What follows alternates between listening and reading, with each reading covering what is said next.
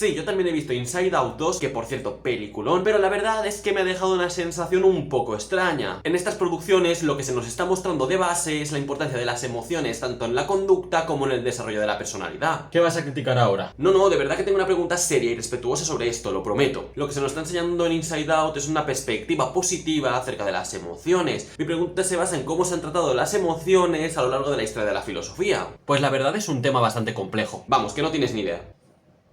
Hoy vamos a hablar de las emociones y cómo estas han sido tratadas en la historia de la filosofía. Pero aviso, los filósofos no han sido tan benevolentes como en la película de Disney. Entiendo, pero ¿qué entendemos por emoción? En filosofía definir conceptos nunca es una tarea fácil, y además en el caso de la emoción se nos presenta un problema añadido. Esta noción se suele confundir con otros términos como sentimiento, pasión, afecto o afección, y separar los significados de estos es bastante complicado. ¿Entonces no podemos decir nada de las emociones? Para un momento, en lo que sí que hay acuerdo es que las emociones no son eminentemente racionales, o al menos no son un producto de la razón. En la historia de la filosofía siempre hemos encontrado una separación entre razón y emoción. Además, otra cosa sobre la que hay acuerdo es que la emoción está muy relacionada con su expresión, aunque no es exactamente lo mismo. ¿Cómo? Perdona, no entiendo esto. Normalmente sentimos nuestras emociones cuando se expresan. Por ejemplo, sentimos tristeza cuando algo nos entristece. Lo que queremos decir con esto es que para identificar una emoción ha de haber un suceso externo que nos afecte. Es por ello que muchas veces se ha definido emociones como afecciones del alma, pero hemos de matizar que esta definición no es realmente la más exacta. ¿Y cómo se definen las emociones? Pues ahí hay el problema. Muchas cuestiones acerca de las emociones siguen siendo campos abiertos en muchas disciplinas científicas. Muchos dirían en forma general que las emociones son la forma que tiene el individuo de relacionarse con su entorno, pero realmente esta definición se va matizando y se va desarrollando. Vale, pero en filosofía sí que sabemos que se ha hablado numerosas veces acerca de emociones. Bueno, las emociones en filosofía siempre han tenido un lugar controvertido. Históricamente el concepto de emoción siempre ha sido objeto de debate, y es por ello que en el vídeo de hoy vamos a hablar del valor de las emociones en la historia de la filosofía. Pero antes que nada, muchísimas gracias por todas las visitas que están teniendo los últimos vídeos. Los comentarios me están ayudando a mejorar un montón y a continuar haciendo contenido para el canal. Así que nada, si os gusta el contenido del vídeo, no dudéis en darle like y comentad lo que queráis. Y si queréis saber cuándo subo vídeos, suscribiros y darle a la campanita. Y ahora sí, ¿tenéis ya vuestro café? Yo voy a por el mío.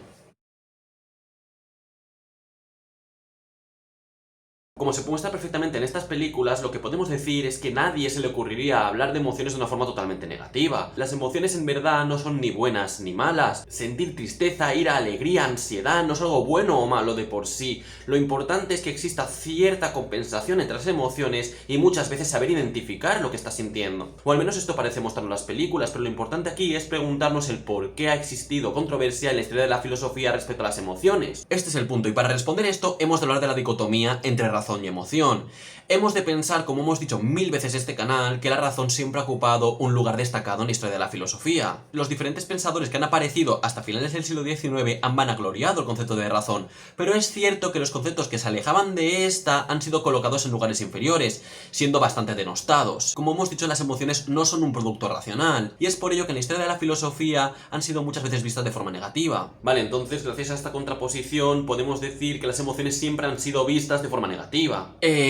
Cuidado aquí, no siempre. A lo largo de toda la historia del pensamiento encontraremos diferentes posiciones, algunas positivas, otras negativas, y encontraremos algunas mixtas. Aunque sí, aquí he de darte la razón, la mayoría de las posiciones que encontraremos serán mayormente negativas. En la antigüedad encontramos, por ejemplo, a Platón, que decía que las emociones habían de ser sometidas por la razón. Si esto no ocurría, no aparecerían las virtudes del alma. Vamos, en el caso de Platón hemos de pensar que las emociones han de ser controladas por la razón. Esto es lo deseable. Por otro lado, Aristóteles realza la importancia de las emociones, pero las divide en emociones negativas y en emociones positivas.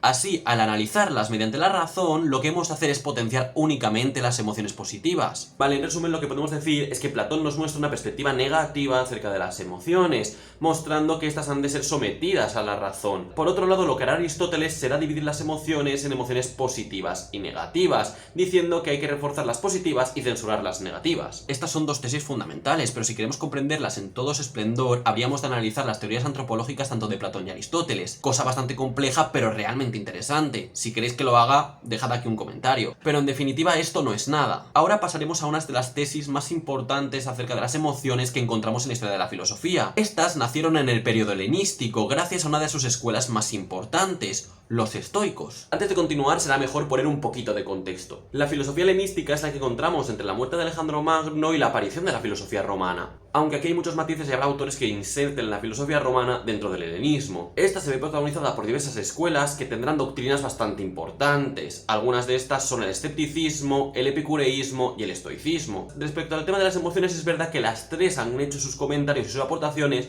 pero la más importante es sin duda el estoicismo. Esta escuela, iniciada por Zenón de Citio y que tiene como mayores representantes a Séneca, Epícteto o Marco Aurelio, plantea que la felicidad se consigue mediante la tranquilidad del espíritu, o lo que ellos denominan ataraxia. Qué concepto más chulo, también te digo. Para conseguir esto se plantea que el alma no debe ser perturbada, y recordemos que las emociones muchas veces han sido consideradas como afecciones de la misma. Es por ello que estos autores rechazan a las emociones, pues no permiten la tranquilidad de espíritu. Vaya, esto me recuerda bastante a algunas posturas orientales, como por ejemplo el budismo. Muchos autores han encontrado paralelismos entre estas dos corrientes, pero al igual que similitudes, se han encontrado también diferencias. Pero lo que hemos de recordar es que los estoicos plantean que la felicidad se consigue mediante la tranquilidad del espíritu, rechazando así las emociones. Aunque nos parezca sorprendente, estas tesis han tenido mucha influencia a lo largo de la historia de la filosofía de forma indirecta o indirecta. ¿Y esto se mantiene en la filosofía medieval? Es cierto que existe una gran influencia de los estoicos en el pensamiento medieval, así se han relacionado las emociones con la posibilidad de pecar. Tomás de Aquino lo que nos dice es que hay emociones que nos pueden llevar al mayor bien, pero hay emociones que nos pueden llevar al mayor pecado. Tomás de Aquino, al igual que Aristóteles, también divide entre emociones buenas y emociones malas, afirmando que se han de potenciar las emociones que producen bienes, y no las emociones que nos hacen pecar. No obstante, este autor matizará que es más fácil dejarse llevar por el pecado que hacer el bien. En este caso, uno de los autores más importantes del medievo también muestran que las emociones tienen un tinte negativo. Pero hasta ahora, en verdad, no se ha visto ninguna definición que sea enteramente positiva acerca de las emociones. Para eso habrá que esperar al Renacimiento. Es en este punto en el que encontramos una postura bastante interesante sobre las emociones, la propuesta por Telesio. Este autor lo que nos afirma es que las emociones aparecen ante una situación de nuestro entorno,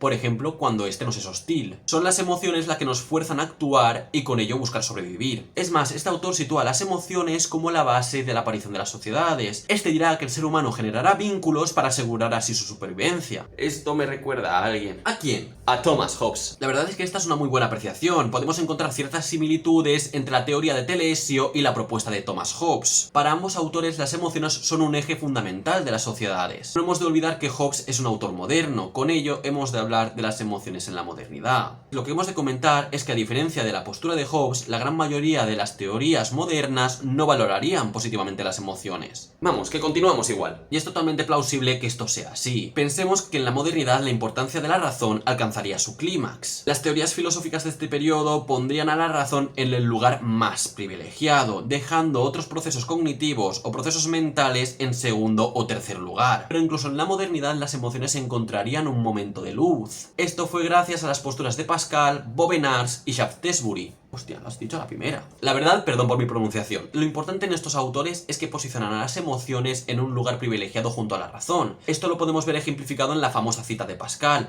las razones del corazón que la razón no conoce. Las emociones son simplemente posicionadas en un lugar diferente a la razón, lo cual no significa que sean inferiores. Y como podemos ver, este hecho no ha sido muy común en los autores precedentes. La esencia de esta tesis se mantendrá en la contemporaneidad. ¿Por fin se va a hablar bien de las emociones? Claro que sí, tranquilo. Lo importante es que en la filosofía contemporánea encontramos numerosos ejemplos de autores que se interesarían en las emociones y cómo éstas nos afectan. Dos de los ejemplos más claros y más importantes son, por ejemplo, Sartre o Heidegger. En estos dos casos encontramos que las emociones tienen un papel fundamental dentro de sus teorías. Sin embargo, la lista de los autores que le dan importancia a las emociones es realmente extensa. Así, lo que estamos viendo es que en la filosofía contemporánea se redescubrirá el valor de las emociones. Tal vez estas teorías contemporáneas cuadren con el mensaje de la película de Disney mejor que sus teorías precedentes. Sí, es cierto que en la historia de la filosofía la mayoría de los autores o bien negativizan las emociones o bien las subordinan a la razón para que éstas sean buenas. Pero también es cierto que encontramos a ciertos autores que tratan a las emociones de una forma diferente. Hay autores que positivizarán las emociones y otros autores que las desvincularán de la razón para que puedan ser buenas. Con ello podemos decir que es cierto que en la mayoría de la historia de la filosofía las emociones se han visto de una forma más o menos negativa,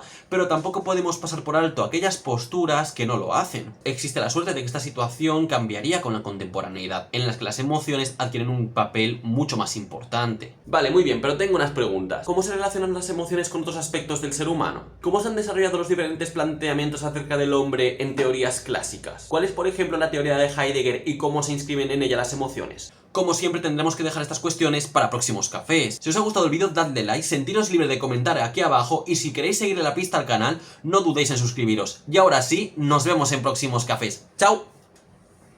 Joder, estaba muy bien. Verbo en plural, sujeto en plural, verbo en singular, sujeto en singular. Venga. Está así. Respira. Buah. Ah, mierda, me he equivocado. Vale, esto último no. Vale, lo que estamos hablando de la ataraxia.